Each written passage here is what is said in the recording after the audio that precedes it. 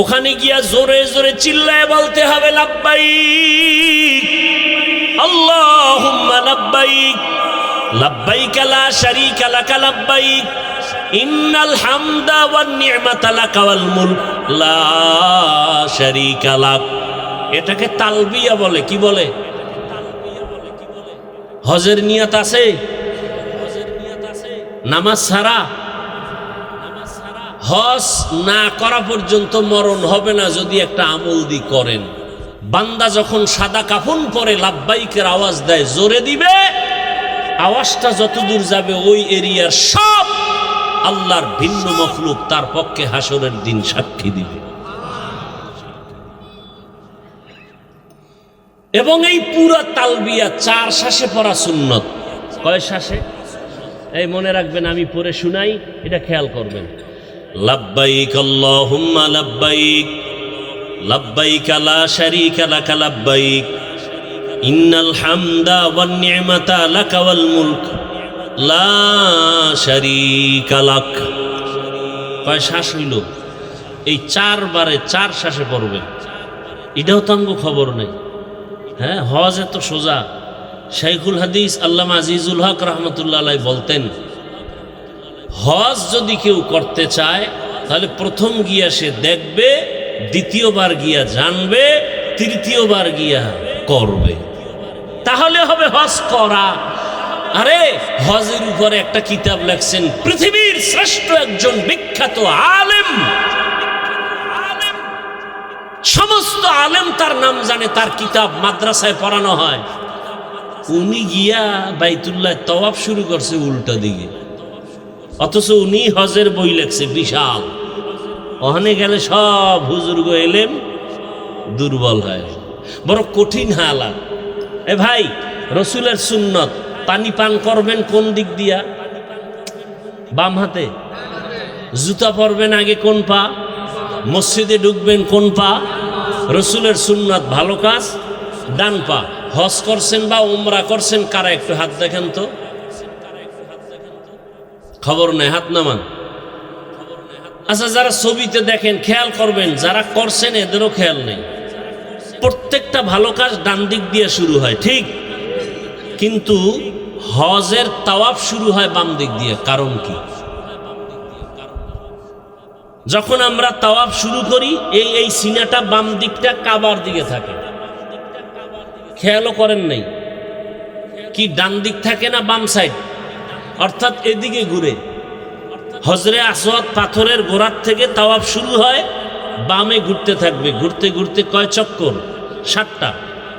গুইরা এই সাদা হজরে আসওয়াদের এখানে আসবে, 1 চক্কর শেষ, আবার এখান থেকে ঘুরবে। সব ডান দিক দিয়ে সুন্নত। তাওয়াফটা বামে কেন? কথা বুঝেন নেই না? কিসের ডান দিক? বাম সিনা বাম দিকে ঘুরে, বাম দিকে। ডানে তাওয়াফ করলে তো হবেই না।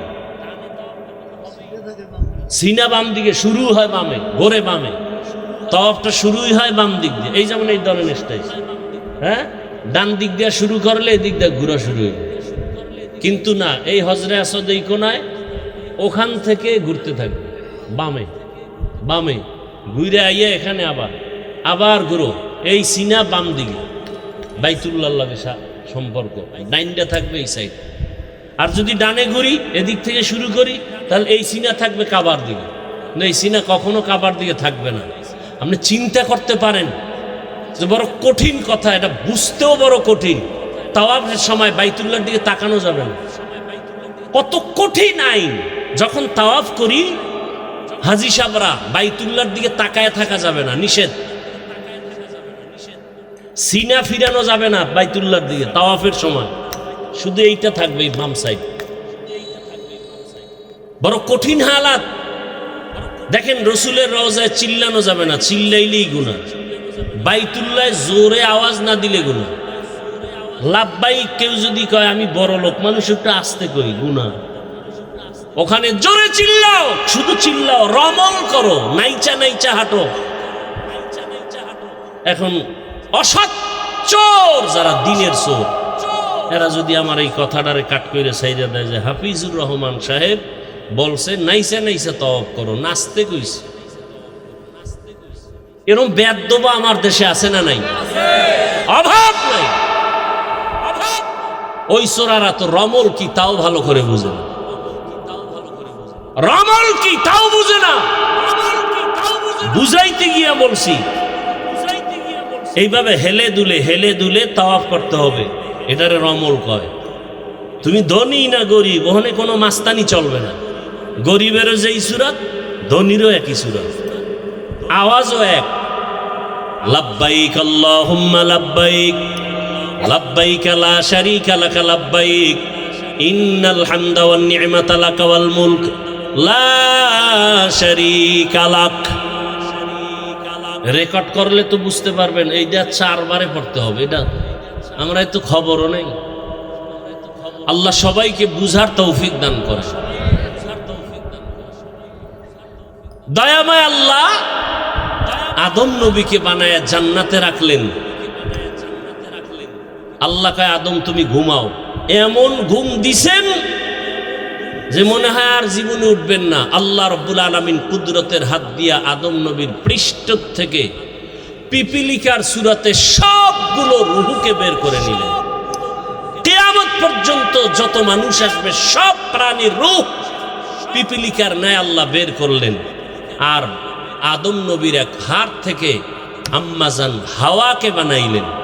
মনে আছে আদম শব্দের অর্থ কি বলছিলাম? চামড়া, মাটির চামড়া থেকে। আর হাওয়া হাওয়া হাওয়া শব্দ হলো হাওয়া, ওয়ের উপরে তাসদিদ। এটা হাইয়ুন থেকে হাওয়া।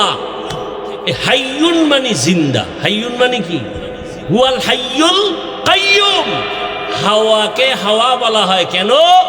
কয় যে জিন্দা ব্যক্তি থেকে হাওয়াকে বানানো। জিন্দা ব্যক্তিকে আদম। বুঝেননি কথা? আদম আলাইহিস সালামকে জান্নাতে থাকতে দিলেন। এরপরে ঘটনা তো অনেক জানেন। আল্লাহ পাক এক পর্যায়ে নিষেধ করলেন ওই গাছের কাছে যাইবা না, তারপরও গেলেন, ফল খাইলেন। আল্লাহ তাআলা এক পর্যায়ে দুজনকে দুনিয়ায় পাঠাইলেন। দুনিয়াতে আল্লাহ সবার আগে আদম পাঠান নাই। আদম নবী দুনিয়াতে আসার 2000 বছর আগে এই জমিনের বাসিন্দা জিনেরা ছিল। কারা ছিল? ইবনে কাসির রহমাতুল্লাহ আলাইহি বলেন জিনের আগেও এই জমিনের বাসিন্দা ছিল আর একদল প্রাণী, এরাও শরীয়ত আল্লাহর মানত। এদের নামও লেখছে আল-হিন আল-বিন।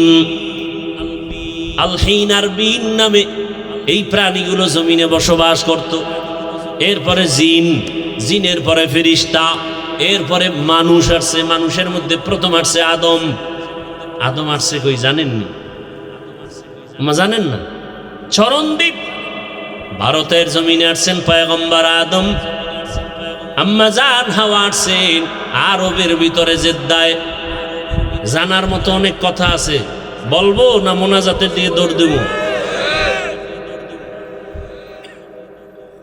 আদম আলাইহিস সালাম ভারতের চরণদ্বীপে আসছেন। হাওয়া রইছে জিদ্দায়, দুইজনের সাথে কোনো মোলাকাত নাই। আল্লাহ অর্ডার করলেন, হে আদম, আমার একটা ঘর আছে বাইতুল্লাহ। ওই বাইতুল্লাহর তাওয়াফের মাধ্যমে তোমার দুনিয়ার হাওয়া বাতাস লাগার ব্যবস্থা করে নাও। তোমার শরীরের সাথে জমিনের বাতাসকে অ্যাডজাস্ট করো। কাদেরে কুদরত দারি বরকামাল আন্তা রব্বি আন্তা হাসবি যুল জালাল তুহি কাদের জলিলুল্লাহ জাহাদাত বহর হালে তুহি মেরা নিগাহদার। দুনিয়ার সব বিবেক বলবে এটা হবে না, আল্লাহ বলেন এটা আমার কুদরতের দ্বারা হবে। পাথর কথা বলতে পারে না। আবু জাহাল হাতের মুষ্টির মধ্যে কিছু পাথর নিয়ে কয়, মুহাম্মদ বলো আমার হাতে কি? নবীজি বললেন, বললে কি হবে? বলে এখন কালেমা পড়ব। নবী বললেন, আমি বলতে জানি না। কেন? বলে আমি গাইবের মালিক না। গাইবের মালিক কে? قل لا يعلم من في السماوات والأرض الغيب إلا الله। হে রাসূল, আপনি বলে দেন, নিজেই বলেন, আসমানের বাসিন্দারা কেউ গায়েব জানে না, জমিনের বাসিন্দারা কেউ গায়েব জানে না, একমাত্র গায়েবের মালিক কে? নবী বলেন, কি আছে হাতে আমি জানি না, তবে চাচা আবু জাহালের হাতে কি আছো তোমরা আওয়াজ দাও। নবীজি কথা বলা মাত্রই পাথরগুলো কালেমায়ে শাহাদাত পড়া শুরু করলো জোরে জোরে। আবু জাহাল পাথরগুলো জমিনের মধ্যে মেরে বলে, ভাতিজা মুহাম্মদ, তুমি এত বড় জাদুকর আগে জানি নাই। কপালে কি নাই? হেদায়াত নাই। নবীর সাথে থাকলো, খাইলো একসাথে 13 বছর, এরপরও কালেমা পড়লো। আর 27 বছরের যুবক তরবারি নিয়ে দৌড়ায় নবীকে জবাই করবে। জবাই করতে আসিয়া কালেমাওয়ালা হয়ে গেল। নাম কি? কয় বছর? 27 বছর বয়সের যুবক রসুলকে হত্যা করতে এসে কালেমা পড়ে ফেলল। আর আবু জাহিল্লা 13 বছর রসুলের সাথে থাকলো, এক দস্তারখানে খাইয়াও কালেমা। হেদায়েতের মালিক من يهد الله فهو المهتد ومن يضلل فلن تجد له وليا مرشدا। আল্লাহ যাকে হেদায়েত দিবেন সে পেয়ে যাবে, যাকে দিবেন না সে। তাহলে বান্দার দোষ কি? আল্লাহ হেদায়েত দিলে পাবো, দেয় না এই জন্য পাই না। তাহলে বান্দার তো কোনো দোষ নাই, সব দোষ আল্লাহ। কি? আল্লাহ নিজে কোরআনে বলেন, আমি হেদায়েত দিলে সে পাবে, আমি যদি হেদায়েত দিব না সে। তাহলে বান্দার তো দোষ নাই, সব আল্লাহর দোষ। কয় না, এখানে প্রশ্ন আছে, এই ভলিউম বাড়া, এখানে প্রশ্ন আছে। এই মাইক তো দরকার নাই, বক্স থাকলে আমার মাইক কেন? এটা ঘুরাও, ওদিকে সোজা করো, দোনোটা, ওটাও সোজা করো, এটাও সোজা করো। বক্সের সাউন্ড দাও, মনিটরের সাউন্ড দাও, ওই মাইক ঘুরাই দাও। এই বাসটা ধরে ঘুরে ওদিকে দাও, বন্ধ থাকলে বন্ধ, এটির সাউন্ড ঠিক করো। গুম গুম করবে না, স্পষ্ট সাউন্ড বের হবে। কি কথা বলতেছিলাম? গেছেন বুঝলা? আল্লাহর দোষ। আল্লাহ বলেন এখানে কথা একটা বাকি, কি? আমি হেদায়েত দিলে পাবে, আর আমি যাকে দিব না সে। প্রশ্ন, আল্লাহ কাকে দিবেন কাকে দিবেন না, প্রশ্নের জবাব আল্লাহর কাছে যে হেদায়েত চাইবেন তাকে আল্লাহ দিবেন। ওয়াল্লাযীনা জাহাদু ফীনা লানাহদিয়ান্নাহুম সুবুলানা ওয়া ইন্নাল্লাহা লামাআল মুহসিনিন।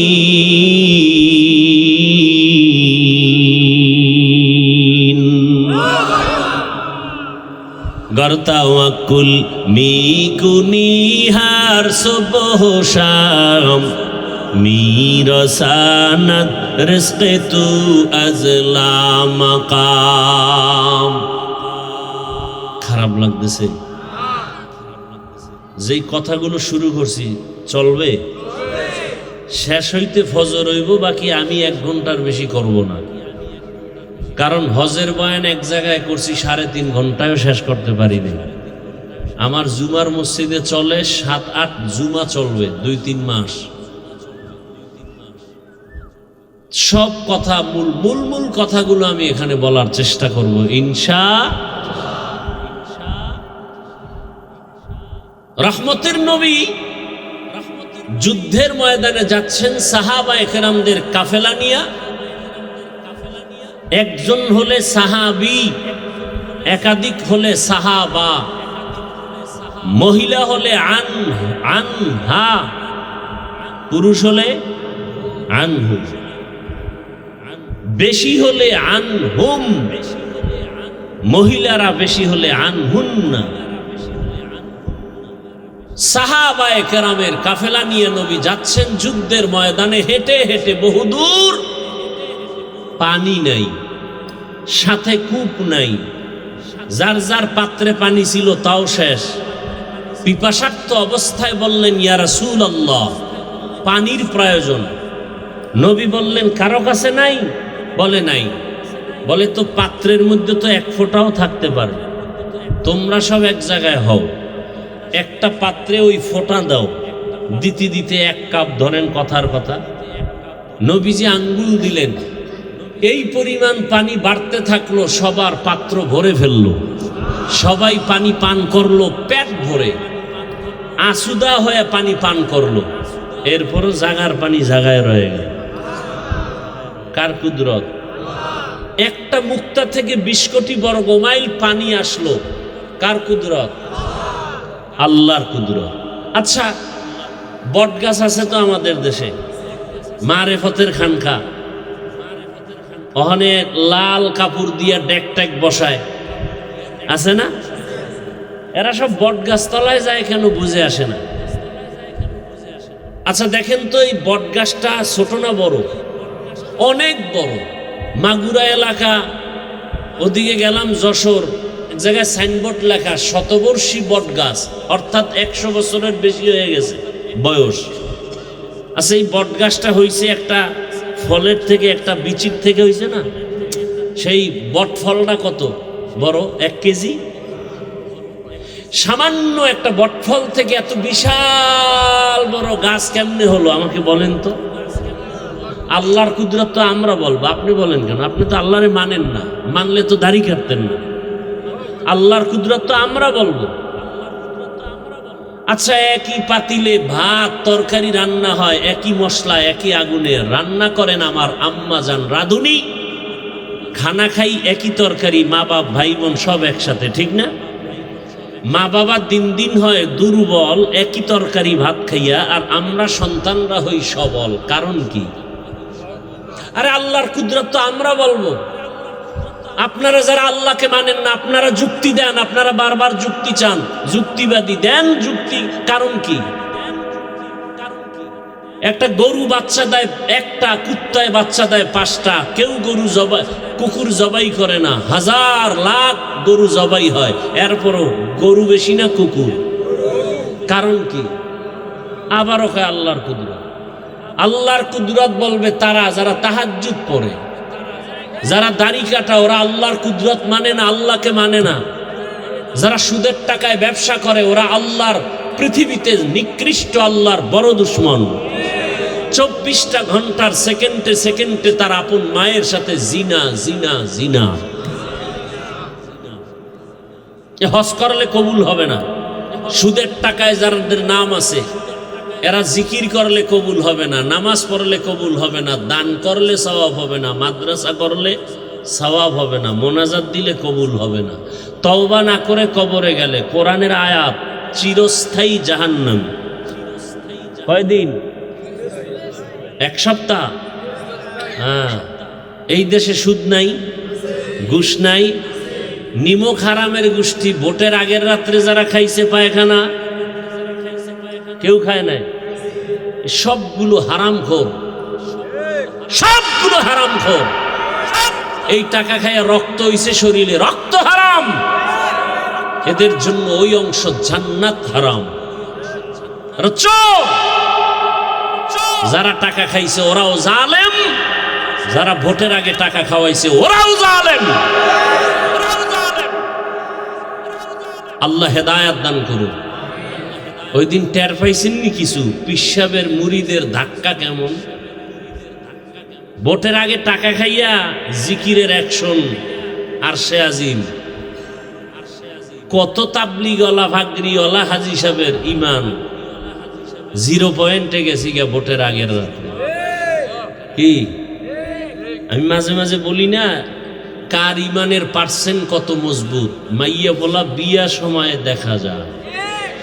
হ্যাঁ, তলে তলে যৌতুক খায়, সামনে উপরে কিছু চায় না, ঘরে বয়ে খায়, এটা দিল না কেন মানবতা হইল, এটা দিল না কেন এটা মানবতা হইল। আছে না নাই? আল্লাহ হেদায়েত দান করুন। এই কথাগুলো আমরা আপনাদেরকে যদি সতর্কতার জন্য না বলি, কে বলবে? বলনেওয়ালা আলেমও তো এখন বন্ধ হয়ে গেছে। টাকা পাইলেই হক কথা বন্ধ, চেয়ার পাইলেই আসল কথা বন্ধ। বলনেওয়ালা আলেমের জবানও দিন দিন কমে যাচ্ছে। আমি মরে যাব, আমার বলাও বন্ধ হয়ে যাবে। কি মনে করেন আমি তো এদেশের সন্তান, একটা গর্ব, আমার জন্মভূমি। আচ্ছা ধরে নেন আমগো এটা কোন থানা? আশেপাশে মসজিদে আগামী জুমায় যদি এই কথাগুলো কোনো খতিব সাহেব শুরু করে যে হাফিজ ভাই যে বয়ান করে গেল, আমিও একটু পিক আপ লয়ে দেখি তো কেমন। বয়ানটা জুমায় যদি টাটকাভাবে দেয়, ফলাফলটা কেমন আসবে? সূর্য ডুবার পরে দেখবে গাইবি আওয়াজ, কি বলে 1 মাসের ছুটি। কারণ শিয়ালের হাতে মুরগি আমানত। শিয়াল চিনেন তো? হ্যাঁ, শিয়ালের হাতে মুরগি দিলে কয়দিন পরে পাবেন ফেরত? হ্যাঁ, শিয়ালের হাতে মুরগি দিলে যা হয়, মসজিদ মাদ্রাসার চাবি সুদখোরের হাতে দিলে তাই হবে। এ তো আমি বলে গেলাম, আর কেউ বলবে? তক্তা ছুটে এলেন। কিন্তু এই দোষ কি সুদখোরের? সব আপনাদের দোষ। পৃথিবীতে আল্লাহর ঘর মসজিদ ছাড়া আর সুন্দর কোনো জায়গা আছে? কেমন সুন্দর! যেই মসজিদের মধ্যে আল্লাহর রসুল বলেন এটা পৃথিবীর শ্রেষ্ঠতম স্থান, এর থেকে আর শ্রেষ্ঠ, এত সুন্দর শ্রেষ্ঠ জায়গায় সুদখোর কিভাবে কমিটিতে ঢুকে? কথা বলেন না কেন? আপনারা ঢুকাইছেন, ভোটের আগে টাকা খাইছেন না? কথা বলেন তো, টাকা খাইয়েই তো চান্দি গরম। এখন আপনি প্রতিবাদ করতে পারবেন না। হুজুরে যদি একটা হক কথা কয়, আপনিও তলে তলে কেন? হুজুরে বুঝা চলবে না, হুজুরে না বুঝা চলছে। বাস, প্রত্যেক ইমাম, খতিব মসজিদে ঘোষণা দিবে, এই সুদখোরেরা, আমগো নামাজ নষ্ট করবা না, কোনো সুদের টাকা আমগো খানা দিবা না, না খায়া থাকবো। সমস্যা কেন? একজনে বলে 13 জনে বলে না, এই হইল সমস্যা। কথা ঠিক না? আল্লাহ হেদায়েত দান করুন। রাগ করতেছেন? রাগ করলে আজকেই করবেন, আর জীবনে না আইলাম। রিজিকের মালিক কি? ওয়াজ মাহফিল না আল্লাহ? মাছের খানা কে দেন? নদীর মাছের খানা কে দেন? উড়ে পাখি যে উড়ে সকালবেলা বের হয়, সন্ধ্যাবেলা পেট ভরে বাসায় এসে বাচ্চার খানা নিয়ে কে খাওয়ায়?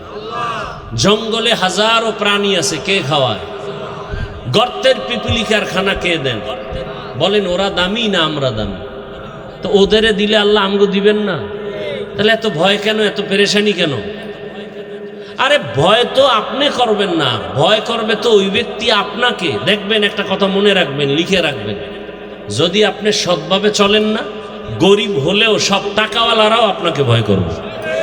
আল্লাহর কসম করে বলছে, যদি আপনি সৎভাবে চলেন, হালালভাবে, বড় মাস্তান পর্যন্ত আপনার সামনে কথা বলতে সাহস পাবে না। আপনি গরিব হলো আপনার সামনে কথাই বলতে পারবেন না। আপনি তো সে হালালের পাওয়ার জানেন না। আপনি হারাম খেয়ে সব ধ্বংস করে ফেলেছেন।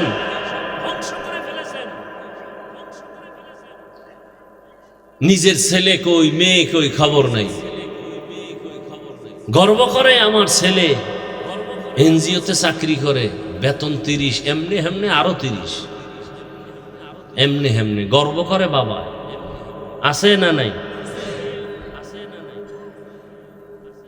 পিপিলিকার খানা যদি আল্লাহ দিতে পারেন, নদীর মধ্যে বড় বড় নীল তিমি আছে সমুদ্রে, এক একটা নীল তিমির প্রতিদিনের খাদ্য তালিকা 1000 কেজি চিংড়ি মাছ। কে খাওয়ায়? কোহে কাফ নামের একটা পাহাড় আছে, ওখানে একটা প্রাণী বসবাস করত, সি মর্গ তার নাম। প্রতিদিনের খাদ্য তালিকা 40টা মোটা তাজা হাতি প্রতিদিন। কে খাওয়ায়? তো সে আল্লাহ আমগো দিবেন না? আমরা আল্লাহর আপন, ওরা আপন না। তা আমাদের এত টেনশন কেন? আল্লাহর উপরে ইয়াকিন দুর্বল। সাহাবায়ে কেরামদের ইয়াকিন এত মজবুত, নদীর মধ্যে জাহাজ ডুবছে, খবর আসছে, বলে ভাই আপনার জাহাজ ডুবে গেছে, বলে আল্লাহর কসম আমারটা ডুবে নাই। আপনি দেখছেন? কয় না, খোদার কসম আমি দেখি নাই। কথা আপনি কসম খাইলেন? গিয়ে খবর লো, গিয়ে দেখি ঠিকই অন্য একটা জাহাজ ডুবে গেছে, তার নিজেরটা ডুবে নাই। দৌড়ে গেল, ভাই আপনি কসম খাইলেন, এত ভরসা পাইলেন কোথায়? বলে রসুলের হাদিস। রহমতের নবী বলছেন, যেই বান্দা আল্লাহর দেওয়া সম্পদের যাকাত পাই হিসাব করে যাকাত আদায় করবে, ওদের সম্পদ আল্লাহ ফেরেশতা দিয়া হেফাজত করবে। কাদের কুদরত দারি বর কামাল, আন্তা রব্বি আন্তা হাসবি জুল জালাল, তুহি কাদের জলিলুল্লাহ জাহাদার, বহর হালে তুহি মেরা নেগাহদার। আল্লাহ পাক রব্বুল আলামিন একটা ছোট বটফল থেকে যদি এত বিশাল বড় গাছ বের করতে পারেন, একটা মুক্তার দানা থেকে 20 কোটি বর্গ মাইলে পানি আনতে পারেননি, এ ক্ষমতা আল্লাহর আসেনি? আল্লাহ তাআলা বলেন, কুদরতে পানির উপরে আল্লাহ নজর দিলেন, পানির মধ্যে তরঙ্গ আর ঢেউ, ঢেউয়ে ঢেউয়ে বাড়ি লাগতে লাগতে ফেনা জন্ম হলো। ফেনাগুলো আস্তে আস্তে আস্তে আস্তে গাঢ় হয়ে গেল। গাঢ় হওয়া মাত্র মাটির চামড়ার মতো আবরণ পড়ে গেল। এবার মাটির জমিন শুরু, পৃথিবী নামক স্থানের মধ্যখানে। আল্লাহ বলেন, ইন্না আউয়ালা বাইতিন, ওই মাটির ওখানে আল্লাহ পাক একটা ঘর বানানোর সিদ্ধান্ত নিয়া জিব্রাইলকে সাক্ষী রেখে বললেন, হে জিব্রাইল সাক্ষী থাকো, এখানে আমি একটা ঘর বানাবো। এখনো কিন্তু পৃথিবী হয় নাই। ফেরেশতাদের সাথে একটা পরামর্শ হইছে, ফেরেশতারা আমি একদল জাতি পাঠাবো জমিনের মধ্যে, ওই জাতি হবে সৃষ্টির শ্রেষ্ঠ। ফেরেশতারা জানতে চাইলেন, ও আল্লাহ, যেই জাতিকে তুমি শ্রেষ্ঠ বানায় পাঠাইতে চাও, এদের আদর্শটা কেমন হবে? ইন্নী জাইলুন ফিল আরদি খলিফা, আল্লাহ বলেন আমি জমিনের মধ্যে খলিফা বানাবো। প্রতিনিধি মানে রাজনীতির নেতা।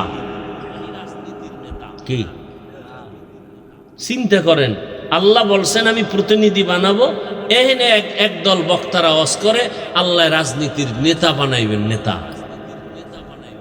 মানে অন্যভাবে ঘুরায় কয় আমি ওদিকে ঢুকলাম না। এরা অপব্যাখ্যা করে না। ভাইরা আমার, আর তাদের আদর্শটা কেমন হবে? আল্লাহ ভিন্ন আয়াতে বলেন, ওয়াশ-শামসি ওয়া দুহাহা ওয়াল কমারি ইযা তালাহা ওয়ান নাহারি ইযা জাল্লাহা ওয়াল লাইলি ইযা ইয়াগশাহা ওয়াস সামাই ওয়া মা বানাহা ওয়াল আরদি ওয়া মা তাহাহা ওয়া নাফসিন ওয়া মা সাওয়াহা ফাআলহামাহা ফুজুরাহা ওয়া তাকওয়াহা। দর কিয়ামত ই জমিদার নেকো বহুত, दर क़यामत ई ज़मींदार ने को बहुत के से नादीदा गवाही हादे हाथ। আল্লাহ অনেকগুলো জিনিসের কসম করে বললেন, যেই জাতি বানাবো ওদের আদর্শটা হবে এমন, চাইলে গুনাহ করবে, চাইলে নেকও করতে পারবে। ফেরেশতারা কয়, আল্লাহ অল টাইম আমরা আপনার প্রশংসা করি, নাহনু নুসাব্বিহু বিহামদিকা ওয়া নুকদ্দিসু লাক। এ দয়ার মালিক, গুণগানের জন্য, আপনার প্রশংসার জন্য আমরাই তো যথেষ্ট। আবার এমন জাতি বানাবেন যারা অন্যায় করবে? এটা হলো ডাইরেক্ট প্রশ্ন। ভিতরে ভিতরে আর একটা কথা ছিল, কি শ্রেষ্ঠ তো তারা হবে, না হলে তো আমরাই হতে পারি। কারণ আমরা গুনাহ করি না, গুনাহ কি জিনিস বুঝি না। শ্রেষ্ঠ হলে আমরা হব। আল্লাহ জবাব দিয়ে বললেন, ইন্নী আ'লামু মা লা তা'লামুন।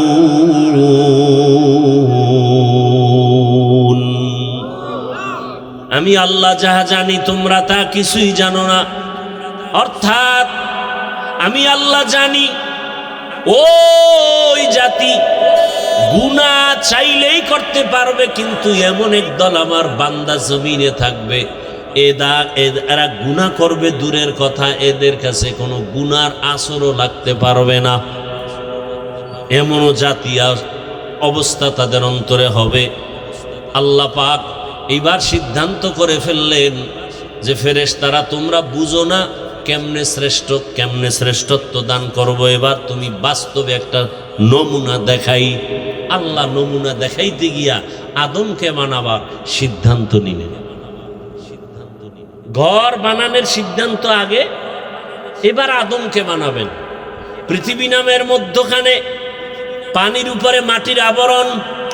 আল্লাহ বলেন, সরদার ফেরেশতাদের জিবরাইল জমিনে যাইয়া ওই মাঝখানের মাটির চামড়াটা অংশ আমার কাছে নিয়ে আস, আমি আদমরে বানাবো। জিবরাইল গিয়া মাটিরে কয় একটু চামড়া নেওয়া লাগবে, দিবে না, মনে কষ্ট। জিবরাইল ব্যর্থ হয়ে চলে গেলেন। আল্লাহ পানি নেই। আল্লাহ বলেন, মিকাইল যাও। মিকাইল আইসাও পারে নাই, ফেরত। এইবার আসছে ইসরাফিল, ফেরত। রাজি হয় না। আল্লাহকে, আজরাইল তুমি যাও তো। আজরাইল সেই কি এর আবার অনুমতি, কুদরতের হাত। জিবরাইল ফেরেশতার হাতটার তালু দিয়া একটা আঘাত করছে, ওইটা পুরা চামড়া টান মেরে লয়ে দৌড়। আল্লাহ নাও। কয় দেরি হইল না? দেরি কি আবার? মাত্র জিবরাইলের হাতের তালুর মধ্যে ঢুকে গেছে পুরা চামড়া। তা বুঝেন আজরাইলের তো পুরা হাতটা কত বড়। এটা হলো হাতের তালু। এই ফেরেশতার দেহ কত বড়। আজকে তালতলি একজনের রুহু কবজ করলো, আজকে ঠিক একই টাইমে একজন মারা গেল আমেরিকায়। আজরাইলে কেমনে করে? বলে পুরা পৃথিবীটা আজরাইলের সামনে একটা পানদানের মতো। কার কুদরত?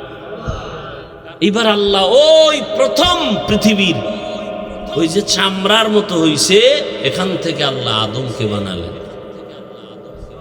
আমাদের আদি পিতা। খেয়াল করেন, পেস্টাস লাগায়েন না আবার পরে। আদম আদিম শব্দ থেকে, আদিম শব্দ আরবি এর বাংলা অর্থ চামড়া। কিসের চামড়া? মাটির। মাটির চামড়া থেকে আদম তৈরি। আল্লাহ আদমকে বানাইয়া এরপরে ফেরেশতার সামনে উপস্থাপন করলেন, আর ফেরেশতাদের বললেন সব মাখলুকতের নাম বলো। ফেরেশতারা পারলেন না। ওয়া আল্লামা আদামাল আসমাআ কুল্লাহা। আল্লাহ আদমকে বললেন, আদম তুমি এবার নামগুলো বলে দাও। আদম সব মাখলুকতের নাম বলে দিল।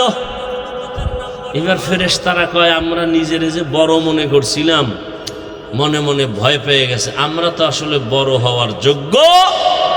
এটা আল্লাহর কাছে পেশ করলেন কোরআনের আয়াত, সুবহানাকা লা ইলমা লানা ইল্লা মা আল্লামতানা ইন্নাকা আনতাল আলিমুল হাকীম। ও দয়ার মালিক, তুমি যা শিখাইছো তাই পারি, এর বাইরে পারি না। আদমই শ্রেষ্ঠ হওয়ার যোগ্য, আমরা শ্রেষ্ঠ হতে পারি না। আল্লাহকে এটা মুখে বললে হবে না, বাস্তবে দেখাও। উসজুদু লি আদম, আদমরে কি করো? সিজদা করো। এই যে ফেরেশতারা নিজেদের ভুলটা বুঝতে পারলো, এখানে একটা পয়েন্ট খেয়াল করেন।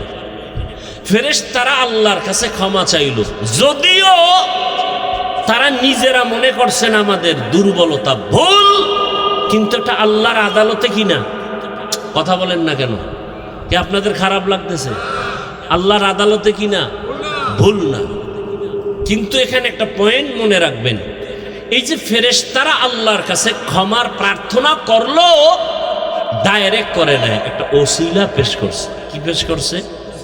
বর্তমান বাংলাদেশে ধর্ম নিয়ে, ইসলাম নিয়ে ফেতনা বেশি। পৃথিবীর কোন রাষ্ট্রে ইসলাম ধর্ম নিয়ে এত ফেতনা নাই। আমার সোনার বাংলায় যেই পরিমাণ ফেতনা, পীর মুরিদির মধ্যে যাবেন ফিতনা, টুপির মধ্যে যাবেন ফিতনা, নামাজে দাঁড়াবেন ফিতনা, আছে না নাই? হিন্দুরা ফিতনা করে না, খ্রিস্টানরা করে না, সব ইসলামের ব্যানার আলা মুনাফিকরা করে। কি আছে না নাই? আর এটা বাংলাদেশে কেন, কার বদদোয়া লাগছে, কোন বুজুর্গের বদনজর লাগছে বলা যায় না, নাইলে দুনিয়াতে আর কোথাও এত ফিতনা নেই। কি ফিতনা? এই ফিতনার মধ্যে একটা ফিতনা হলো ইউটিউবে অনেক বয়ান, আমগো বয়ান তো 50,000 লোকে শুনি, 1 লাখ লোকে শুনি, ওগো বয়ান তো সারা দুনিয়ায় শুনি। টিভি চ্যানেলে কি বয়ান? ওসিলা পেশ করে দোয়া করা বেদাত। বাস একটা মাইরে দিছে, ওসিলা দিয়ে দোয়া করা বেদাত। আর আমি চ্যালেঞ্জ করে বলছি, সারা দেশে আজও বলি, ওসিলা পেশ করে দোয়া করা সুন্নাত। ফেরেশতারা ওসিলা পেশ করলেন, ইয়া আইয়ুহাল্লাযীনা আমানু ওয়াবতাগু ইলাইহিল ওয়াসিলা। ফেরেশতারা ওসিলা পেশ করলো। কি ওসিলা? একটা আমল। কি আমলটা? কি? ওই যে শুরুতে বলছিলাম 7 আসমানের উপরে একটা কাবা আসেনি, কি নাম বলছিলাম? বাইতুল মামুর, নূরের তৈরি কাবা। মুহূর্তে মুহূর্তে 70,000 রহমতের ফেরেশতারা ওই কাবা তাওয়াফ করে। আজকে যারা সুযোগ পাইল সিরিয়ালে, কিয়ামতের আগে তাদের আর সিরিয়াল হবে না।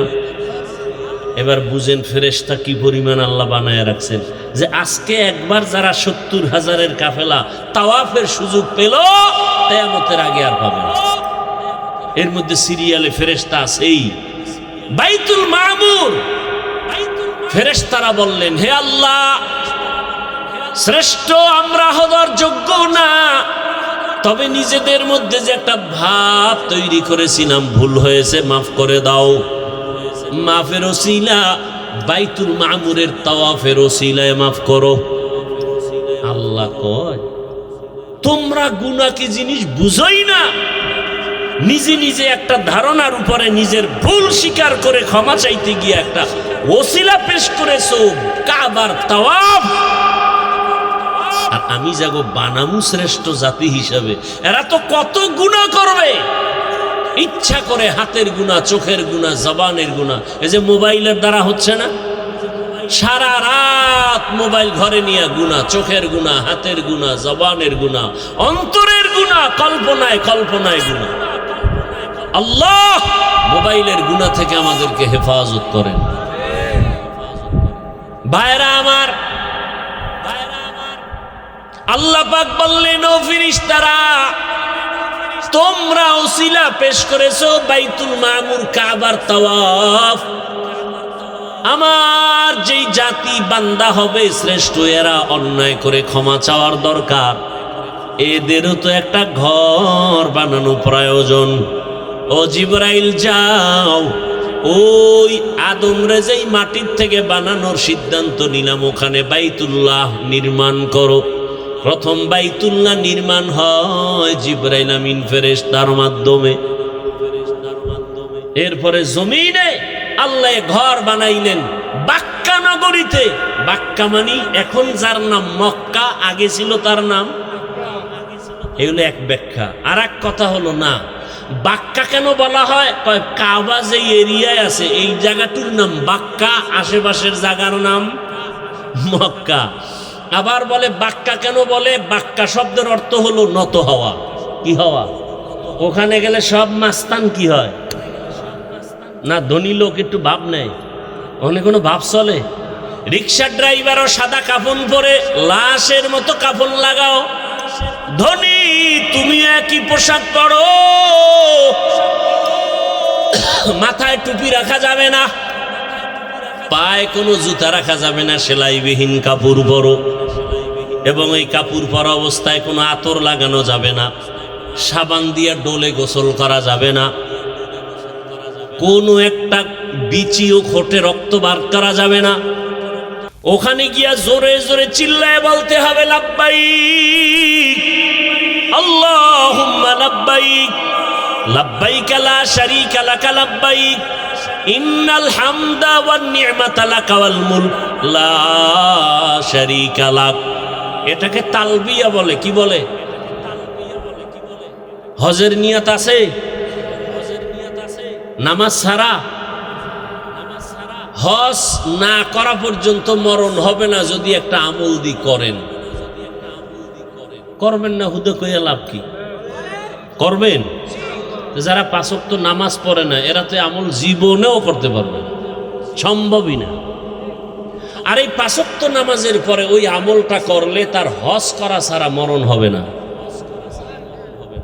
ভাইরা আমার, হাদিস শরীফে নবী বলেন, বান্দা যখন সাদা কাফন পরে লাব্বাইকের আওয়াজ দেয়, জোরে দিবে, আওয়াজটা যতদূর যাবে ওই এরিয়ার সব আল্লাহর ভিন্ন মখলুক তার পক্ষে হাসরের দিন সাক্ষী দিবে।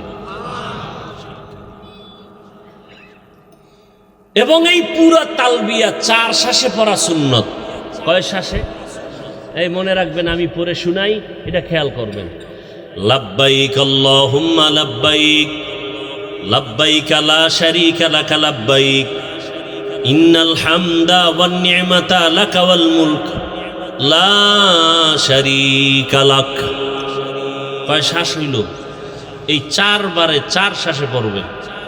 এটাও তো আমগো খবর নেই। হ্যাঁ, হজ এত সোজা। শাইখুল হাদিস আল্লামা আজিজুল হক রহমতুল্লাহ আলাইহি বলতেন, হজ যদি কেউ করতে চায় তাহলে প্রথম গিয়া সে দেখবে, দ্বিতীয়বার গিয়া জানবে, তৃতীয়বার গিয়া করবে, তাহলে হবে হজ করা।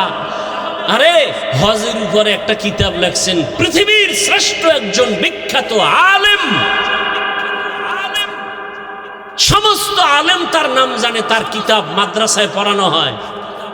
উনি গিয়া বাইতুল্লাহ তওয়াফ শুরু করছে উল্টা দিকে, অথচ উনি হজের বই লেখছে বিশাল। ওখানে গেলে সব হুজুর গো এলেম দুর্বল হয়, বড় কঠিন হালাত। এ ভাই, রসুলের সুন্নত, পানি পান করবেন কোন দিক দিয়া? বাম হাতে। জুতা পরবেন আগে কোন পা? মসজিদে ঢুকবেন কোন পা? রসুলের সুন্নাত ভালো কাজ ডান পা। হজ করছেন বা উমরা করছেন কারা? একটু হাত দেখেন তো। খবর নেই, হাত নামান। আচ্ছা, যারা ছবিতে দেখেন খেয়াল করবেন, যারা করছেন এদেরও খেয়াল নেই। প্রত্যেকটা ভালো কাজ ডান দিক দিয়ে শুরু হয়, ঠিক, কিন্তু হজের তাওয়াফ শুরু হয় বাম দিক দিয়ে। কারণ কি? যখন আমরা তাওয়াফ শুরু করি এই সিনাটা বাম দিকটা কাবার দিকে থাকে, খেয়ালও করেন নাই কি? ডান দিক থাকে না বাম সাইড, অর্থাৎ এদিকে ঘুরে। হজরে আসওয়াদ পাথরের গোড়ার থেকে তাওয়াফ শুরু হয়, বামে ঘুরতে থাকবে, ঘুরতে ঘুরতে কয় চক্কর? 7টা। ঘুইরা এই সাদা হজরে আসওয়াদের এখানে আসবে, 1 চক্কর শেষ, আবার এখান থেকে ঘুরবে। সব ডান দিক দিয়া সুন্নত। তাওয়াফটা বামে কেন? কথা বুঝেন নেই না? কিসের ডান দিক? বাম সিনা বাম দিকে ঘুরে, বাম দিকে। ডানে তাওয়াফ করলে তো হবেই না। সিনা বাম দিকে শুরু হয়, বামে ঘোরে, বামে তাওয়াফটা শুরুই হয় বাম দিক দিয়ে। এই যেমন এই ধরনের স্টাইল, হ্যাঁ, ডান দিক দিয়ে শুরু করলে এদিক দিয়ে ঘুরা শুরু হইল। কিন্তু না, এই হজরে আসদ এই কোনায়, ওখান থেকে ঘুরতে থাকবে বামে, বামে ঘুরে আইয়া এখানে আবার ঘুরো। এই সিনা বাম দিকে, বাইতুল্লাহর লাগে সম্পর্ক, ডাইনটা থাকবে এই সাইড।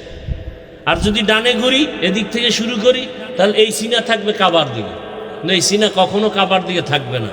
আপনি চিন্তা করতে পারেন যে বড় কঠিন কথা, এটা বুঝতেও বড় কঠিন।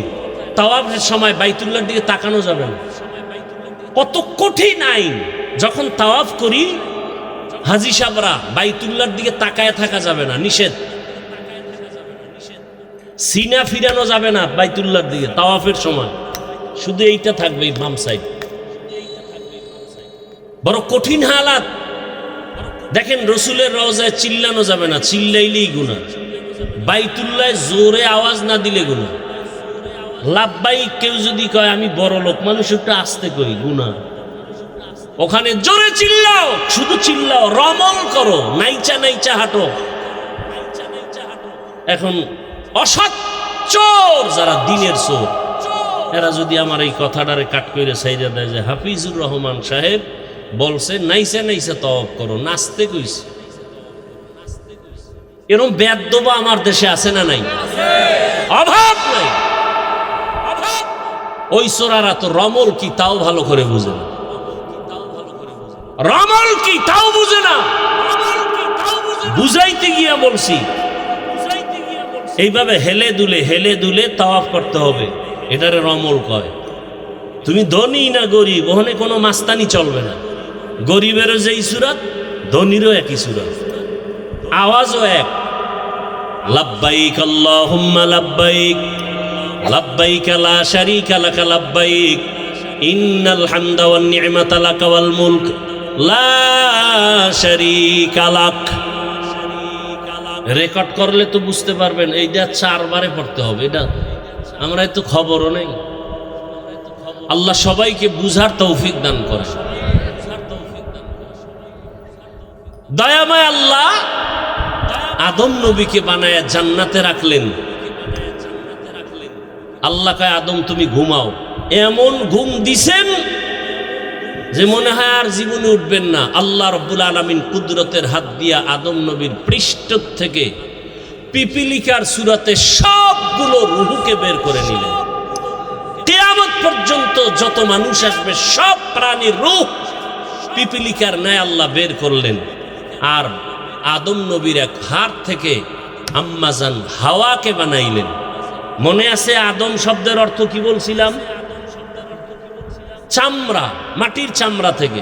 আর হাওয়া হাওয়া হাওয়া শব্দ হলো হাওয়া, ওয়ের উপরে তাসদিদ, এটা হাইয়ুন থেকে হাওয়া। হাইয়ুন মানে জিন্দা, হাইয়ুন মানে কি? হুয়াল হাইয়ুল কাইয়ুম। হাওয়াকে হাওয়া বলা হয় কেন? কয় যে জিন্দা ব্যক্তি থেকে হাওয়াকে বানানো। জিন্দা ব্যক্তিকে আদম, বুঝেননি কথা? আদম আলাইহিস সালামকে জান্নাতে থাকতে দিলেন। এরপরে ঘটনা তো অনেক জানেন। আল্লাহ পাক এক পর্যায়ে নিষেধ করলেন ওই গাছের কাছে যাইবা না, তারপরও গেলেন, ফল খাইলেন। আল্লাহ তাআলা এক পর্যায়ে দুজনকে দুনিয়ায় পাঠাইলেন। দুনিয়াতে আল্লাহ সবার আগে আদম পাঠান নাই। আদম নবী দুনিয়াতে আসার 2000 বছর আগে এই জমিনের বাসিন্দা জিনেরা ছিল। কারা ছিল? ইবনে কাসির রহমাতুল্লাহ আলাইহি বলেন জিনের আগেও এই জমিনের বাসিন্দা ছিল আর একদল প্রাণী, এরাও শরীয়ত আল্লাহর মানত। এদের নামও লেখছে আল হিন আল বিন। আল হিন আর বিন নামে এই প্রাণীগুলো জমিনে বসবাস করত। এরপরে জিন, জিনের পরে ফেরেশতা, এরপরে মানুষ আসছে। মানুষের মধ্যে প্রথম আসছে আদম। আদম আসছে কই জানেননি? জানেন না? চরণদ্বীপ ভারতের জমিনে আসছেন পয়গম্বর আদম। আম্মা জান হাওয়া আসছেন আরবের ভিতরে জেদ্দায়। জানার মতো অনেক কথা আছে, বলবো না মোনাজাতের দিকে দৌড় দেব?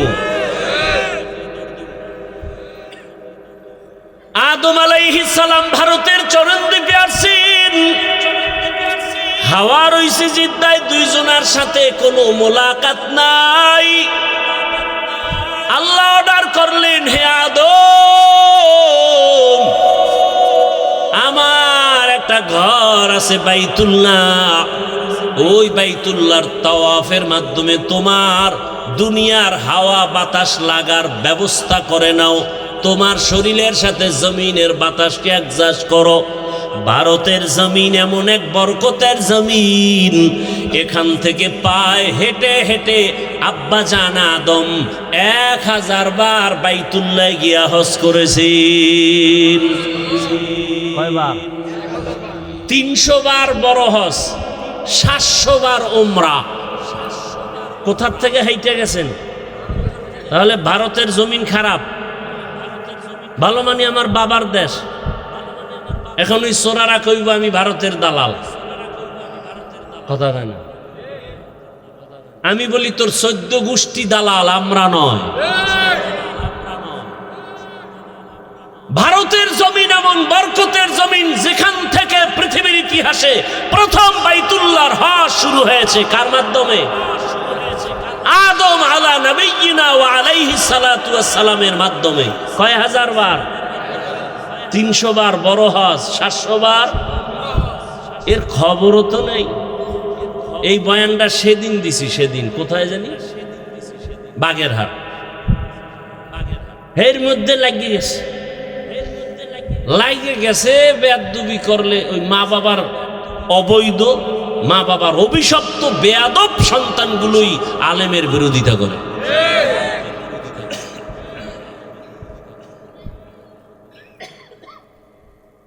ভারতের জমিন তো ওই বরকতি জমিন, আজও ভারতের রাজধানী দিল্লি শহরে দাঁড়িয়ে আছে মুসলমানের ঐতিহ্য কুতুব মিনার। কি খবরও তো নেই। ভারতের জমিন তো ওই বরকতি জমিন, সারা বিশ্বে যত ইসলামের দাওয়াত চলে সব দাওয়াতের পাওয়ার হাউস ভারত দেওবন্দ। কি অস্বীকার করার জন্য? যে অস্বীকার করবে তাজা মুনাফিক। রাজনীতির ময়দানে খেদমত চলে দেওবন্দীদের সর্বোচ্চ, তাবলীগের ময়দানের খেদমত দেওবন্দীদের অবদান, রাজনীতির ময়দান ইসলামের খেদমত দেওবন্দীদের অবদান, পীর মুরিদির লাইনে খেদমত দেওবন্দীদের অবদান। আর সবগুলোর পাওয়ার হাউস কই? দেওবন্দ ভারত। একজনের মাথার চুল বড় উকুন, এখন মেডিসিন দিলেও যায় না, তা এখন কি করা যায়? কল্লা কেটে ফেল, এই সমাধান। হ্যাঁ, কল্লা কাটবো, প্রয়োজনে চুল কামাও। কি স্কুলে একটা ছেলে অন্যায় করেছে, ওকে ধোলাই করো, নাকি স্কুলে তালা দাও? মাদ্রাসায় যদি কেউ অপরাধ করে তার বিচার করো, তার মানে মাদ্রাসায় তালা দাও? এটা হতে পারে না। অন্যায়কারীকে অন্যায়কারী হিসাবে চিহ্নিত করো, তার মানে বাবা আদমের কদমকে অসম্মানী করো না, কুতুব মিনারকে অসম্মানী করা যাবে না। অন্যায়কারীকে অন্যায়কারী বলবো, ভালোকে ভালোই বলবো।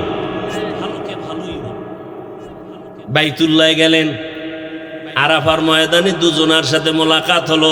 কে কে? দুইজনে সংসার করব না? সংসার করতে যে আগুন লাগবে না? ও আল্লাহ, পাক কর্ম আগুন কমুকুই। এর পিছে আরো কথা আছে। আল্লাহ কয় জিবরাইল আগুন লয়ে যারে। আগুন দিছে কি তরকারি, পাতিল শুদ্ধ পুইরা ছাই, এত তাপ। আল্লাহ কয় দিলে এমন আগুন। আদম কয় আল্লাহ আগুন দিলে এমন আগুন? আল্লাহ বলেন জিবরাইল আগুনটা নিয়ে সমুদ্রের মধ্যে 3 বার চুবা দিয়ে দাও। কয়বার? 3000 বছরের তাপ কমায় দিছে। কার কুদরত? এবার বাকি আগুন আদমরে দাও।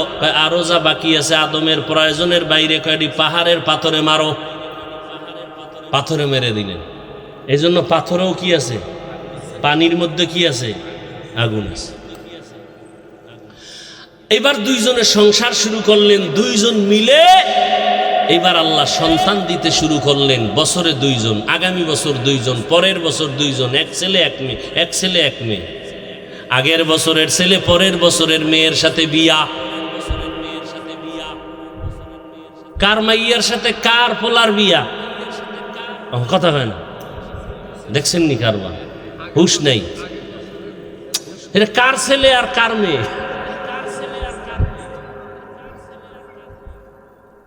এটা আলাদা আলাদা না একই মায়ের সন্তান? আগামীকালকে থেকে আপনারা এটা শুরু করেন। হ্যাঁ, বিধান নাই। পিসাবের পায়ে সেজদা দেওয়ার বিধান পাইলেন কই? হ্যাঁ, নিদি আদমের দলিল টানেন। ফেরেশতারা আদমরে সেজদা দিছে, আমরা দিলে দোষ কি? তাহলে আদম আপন সন্তান ভাই বোনের বিয়ে হয়েছে, তোমরাও করো, দোষ কি? আল্লাহ হেদায়েত দান করুন।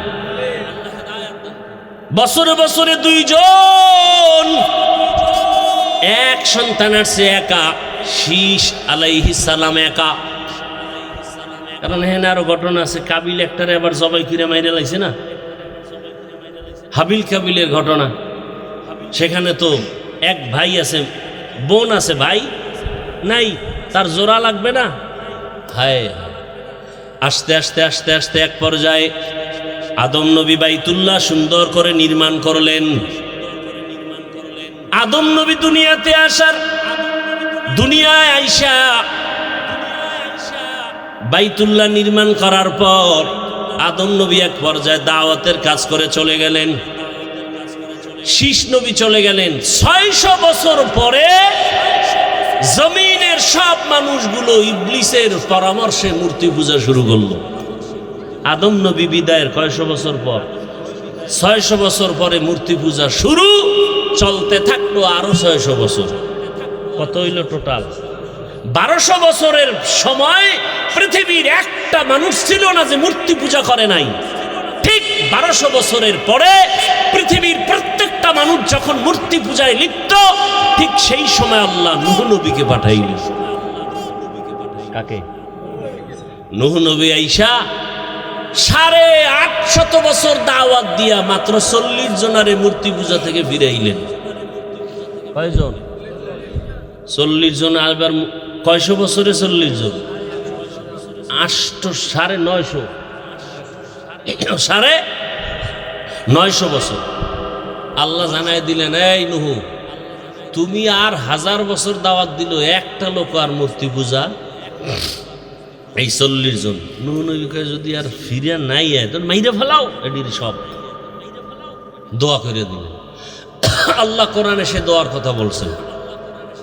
وقال نوح رب لا تذر على الأرض من الكافرين ديارا। এইবার দোয়া কবুল হয়ে গেছে। দোয়া কবুল হওয়া পরেই আল্লাহ কয়, নূহ, তোমার সন্তান 40 জন মুমিন সহ আমার গজব আসবে, তুফান, নিরাপদের জন্য একটা কিস্তি বানাও। ওই কিস্তির মধ্যে 40 জন মুমিন, তোমার সন্তান সহ, আর প্রত্যেকটা প্রাণীর এক জোড়া করে, 2টা গরু, 2টা হাতি, 2টা ছাগল, 2টা ভেড়া, 2টা বকরি, এরকম পানির মধ্যে যা আছে এইভাবে জোড়ায় জোড়ায়। আল্লাহ কি বানাইতে কইলেন?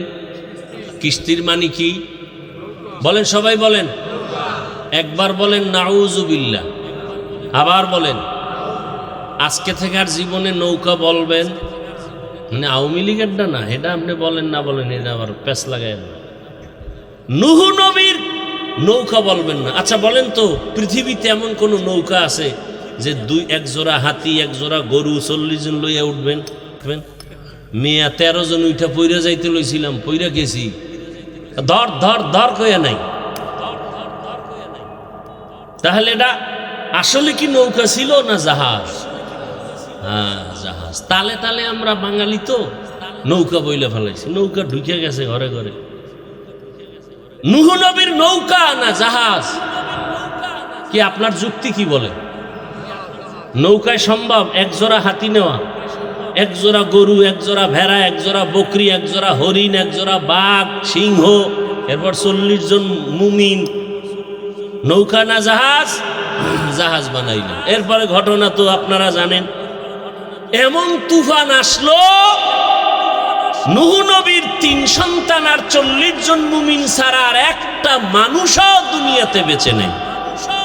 পুরা দুনিয়া শেষ, আল্লাহর কাবা ঘর ওখানে নেই, সমান হয়ে গেছে, বাইতুল্লাহও দেখা যায় না। নতুন করে আল্লাহ পাক নূহ নবীর 3 সন্তানের মাধ্যমে, হাম, সাম, ইয়াফাত, এই 3 সন্তান দিয়া নতুন করে পৃথিবীটাকে আবার আবাদ করা শুরু হলো। এজন্য নূহ নবীকে বলে দ্বিতীয় আবুল বাশার।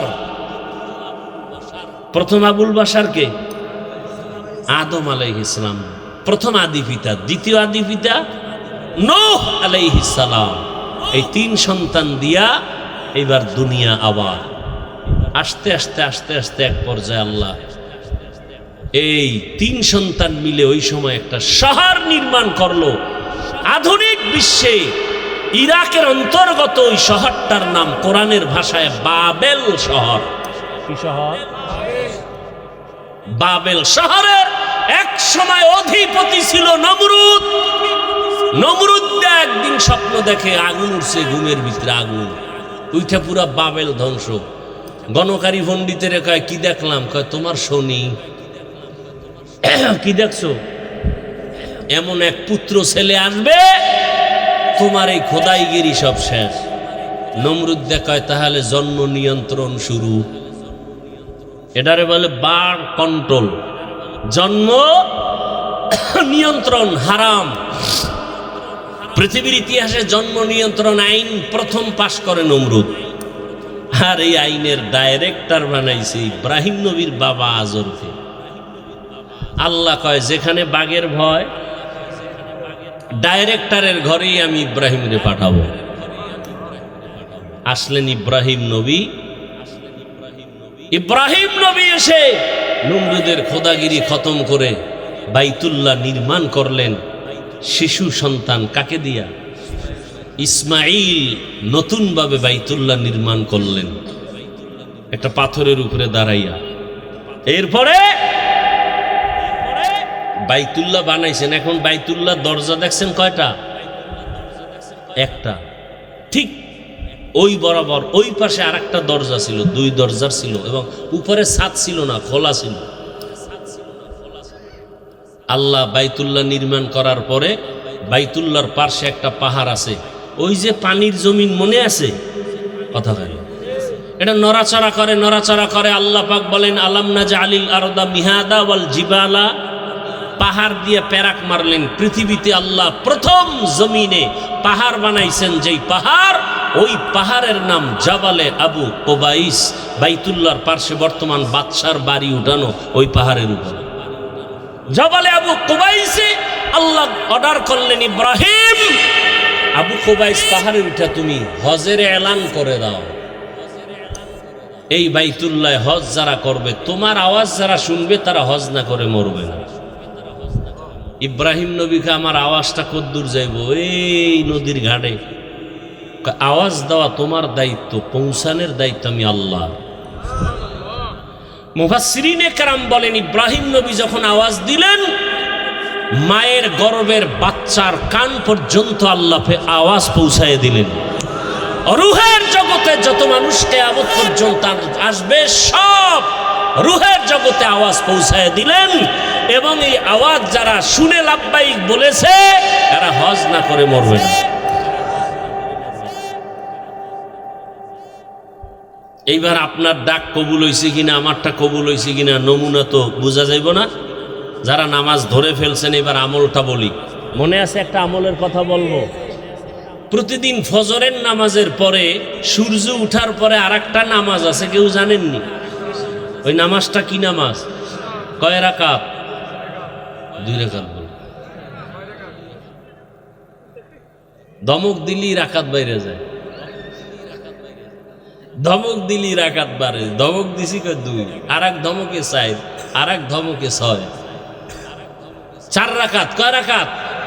এই 4 রাকাত নামাজ যারা প্রতিদিন আদায় করবে, ফজর বাদ দিয়া 75 পরেই ইশরাকের নামাজ যারা ঠিক মতো আদায় করবে, সমস্ত উলামায়ে আহলে হক আল্লাহওয়ালাদের নজরিয়া আল্লাহ তাকে বাইতুল্লাহ না দেখায় কবরে নেবেন। কারণ ইশরাক নামাজ পড়লে হাদিস স্পষ্ট দলিল, কবুল হজের সওয়াব। তাহলে আল্লাহ নামাজ দিয়েই হজ কবুল করাইব বাইতুল্লাহ না নিয়া? ওলামায়ে কেরামদের ওভার 100 কনফিডেন্স এবং নজরিয়া শতভাগ নিশ্চিত, আল্লাহ ইশরাকের আমলের বরকতে বাইতুল্লাহর জিয়ারত কবুল করবে। নিয়ত আছে তো ইনশাআল্লাহ? হজ কি? হজ কেন? জন্মভূমির টান। হজ কেন? রহমতের সেন্টার। কারণ ওখানে অল টাইম আল্লাহর রহমত বর্ষণ হয় বাইতুল্লাহর ছাদের উপরে। অল টাইম আল্লাহর রহমত। এই জন্য বাইতুল্লাহর দিকে তাকায় থাকলেও সওয়াব। শুধু তাকায় তাকায় দেখবে তাতেও কি? যারা বাইতুল্লাহ প্রথম দেখবে, দেখা মাত্রই যে দোয়া করবে সাথে সাথে কবুল। তাহলে এমন একটা দোয়া করতে হবে যে দোয়াটা জামে হয়, মানে হয়। এক এলাকায় এক পিসা বুজুরে আইছে, আয়ে কইতেছে, এই আমি দোয়া কবুল করামু আল্লাহর কাছে, তবে এক কথায় দোয়া কইতে হইব, দুই কথায় না। এখন এক চালাক বাঙালি কয়, হুজুর আমার এক কথার দোয়া, আমি যেন স্বর্ণের প্লেটে 3 বেলা শান্তি মতো ভাত খাইতে পারি। বুঝেন না? এক কথায় দোয়া, স্বর্ণের প্লেটে যদি ভাত খায় তো এ আর ফকির থাকবে জীবনে? বাস, ধনী হওয়ার দোয়া, শান্তি, সব এক কথায়। আমার ওস্তাদ বলছেন বাইতুল্লাহ দেখলেই যে দোয়া কবুল হবে, হাদিসে আছে। কি দোয়া করলে তোমরা কামিয়াব হবা? ওস্তাদ বলছেন দেখেই দোয়া করবা, আল্লাহ জীবনে যত নেক দোয়া করেছি আর নেক দোয়া করব সব তুমি কবুল করে নাও। এর থেকে আর বড় দোয়া আছে? নিয়ত করেন, সন্তানগুলোকে আমলওয়ালা বানান, কয়দিন আর বাঁচবেন? রমজানের ঈদে কত মানুষ চলে গেল কবরে, কথা ঠিক না? আল্লাহর কাছে বেশি বেশি দোয়া করেন। পর্দার আড়ালের মা বোনেরা, সন্তানটাকে ডাক্তার বানাবেন নেককার, ইঞ্জিনিয়ার বানান নেককার, ওসিডিসিএসপি বানান নেককার। আপনারাও 5 ওয়াক্ত নামাজ পড়েন, একটা ভালো সন্তানের মা হয়ে কবরে যাবেন। আপনার মতো কত মা এখনো আছে মোবাইলে সময় নষ্ট করে না, স্বামীর মাল হেফাজত করে, নামাজ ছাড়ে না, বেপরদায় চলে না। এরে আম্মা জানেরা, আপনারা কেন পারেন না? এরে আমার কলিজার যুবক, তোমার মতো যুবক স্কুল কলেজে পড়ে, চাকরি করে, ব্যবসা করে, শ্রমিকের কাজ করে, নামাজ পড়ে, তুমি পারবা না কেন? জীবনে গুনাহ তো কম করো নাই, দাড়ি কম কাটো নাই, আল্লাহর কাছে তওবা করো হে মালিক। ওই বাইতুল্লাহ এত বড় দামি ঘর, কত গরিবরা সেখানে যায়। ও আল্লাহ, তুমিও একবার আমাকে নাও, আর দাড়ি কাটবো না, নামাজ ছাড়বো না, বেপরদায় চলবো না। ডাক্তার হলে নেককার ডাক্তার হব, ইঞ্জিনিয়ার হলে নেককার ইঞ্জিনিয়ার হব। জীবনে আর নামাজ ছাড়বো না, বেপরদায় চলবো না। মা বাবার দোয়া, শিক্ষকের দোয়া, ওলামায়ে কেরামের দোয়া, পরামর্শ নিয়ে নবীর আদর্শ মেনে, নবীর সুন্নত মেনে চলবো। বৃদ্ধ বাবাজিরা, সন্তানটাকে আদর্শ মানুষ বানায় যান, এমন আদর্শ রাখবেন এক সময় আপনারা থাকবেন না, সন্তান গর্ব করবে আর বলবে আমার মা বাবার কারণে আমি ভালো হয়েছি। আমার মা বাবা কখনো ঝগড়া করে নাই, তর্ক করে নাই, আমার মা বাবার সাথে তর্ক করে নাই, বাবা মাকে গালি দেয় নাই, কখনো মোবাইলে সময় নষ্ট করে নাই, আজান হলেই নামাজে যাইতো। ও আল্লাহ, আমার মা বাবাকে তুমি জান্নাত দাও। এরে পর্দার আড়ালের মা ও বাবাজিরা, আর ভালো আদর্শ যদি না রেখে খারাপ আদর্শ রাখেন, সন্তান এক সময় ধিক্কার দিবে মনে মনে, আর বলবে আমার মা বাবা বড় খারাপ ছিল। দুইজনে সারাদিন ঝগড়া গালাগালি আর মোবাইল নিয়ে পড়ে থাকতো, মোবাইলে বাজে বেগানা দেখতো। বাবার আদর্শও ভালো না, মায়ের আদর্শও ভালো ছিল না। আমার মা বাবায় কোনোদিন আমাকে নামাজের কথা বলে নাই, রোজার কথা বলে নাই, গুনাহ থেকে ফেরার জন্য চেষ্টা করে নাই, বরং তারা নিজেরাই গুনাহ করত। আমার মা বাবার কারণে আমি ভালো হইতে পারি নাই। আমার মা বাবা বড় অভিশপ্ত মা বাবা। ও মা বাবারা, এই সন্তানের অভিশপ্ত শব্দ না শোনার জন্য এখন থেকে তৈরি হয়ে যান। আর মোবাইলে সময় নষ্ট করবেন না, চোখ দিয়া গুনাহ করবেন না, হাত দিয়া গুনাহ করবেন না, জবান দিয়া করবেন না। সন্তানটাকে আদর্শ ইঞ্জিনিয়ার, ডাক্তার, আদর্শ মানুষ বানায় যান। 5 ওয়াক্ত নামাজ পড়েন, স্বামীর মাল হেফাজত করেন, সন্তানটাকে আদর্শওয়ালা বানান। যুবক বাবারাও তওবা করো, তোমার মতো যুবক চাকরি করে, ব্যবসা করে, নামাজ পড়ে, অভাব নাই। আল্লাহর কাছে মনে মনে তওবা করো, আর দাড়ি কাটবা না, নামাজ ছাড়বা না, বেপরদায় চলবা না। মা বাবার দোয়া, শিক্ষকের দোয়া, উলামায়ে কেরামের দোয়া নিয়ে নবীর আদর্শ মেনে চলবো। তওবা করার মতো যদি করতে পারো, আমার মাওলা মুহূর্তের মধ্যে গুনাহ মাফ করে দিবেন। ও দয়ার মালিক, মেহেরবানি করে তওবাওয়ালা জিন্দেগি দান করেন, গুনাহমুক্ত জীবন দান করেন, বাইতুল্লাহ হজ করার জন্য কবুল করেন। আল্লাহর নবী বলেন, যারা হজে যেতে এখনো পারেন না, অন্তত হাজিদের মতো কিছু আমল করেন, বরকত পেয়ে যাবেন। বলে কেমন? হাজি সাহেবরা জিলহজ মাসের 1 তারিখ ওই দিন থেকে নখ কাটা যাবে না, চুল কাটা যাবে না। ওই দিন থেকে আপনারাও যারা হজে যান নাই, আমরা যদি আমলটা করতে পারি, চুল কাটবো না, মুছ কাটবো না, হাতের নখ কাটবো না, যদি এভাবে থাকতে পারি কোরবানি দেওয়া পর্যন্ত, আল্লাহ পাক হাজিদের সাথে আমাদেরকেও কবুল করে একদিন বাইতুল্লাহে পৌঁছায় দিবেন। আল্লাহ তাআলা মেহেরবানি করে নবীর আদর্শওয়ালা জীবন আমাদের দান করেন, আমিন।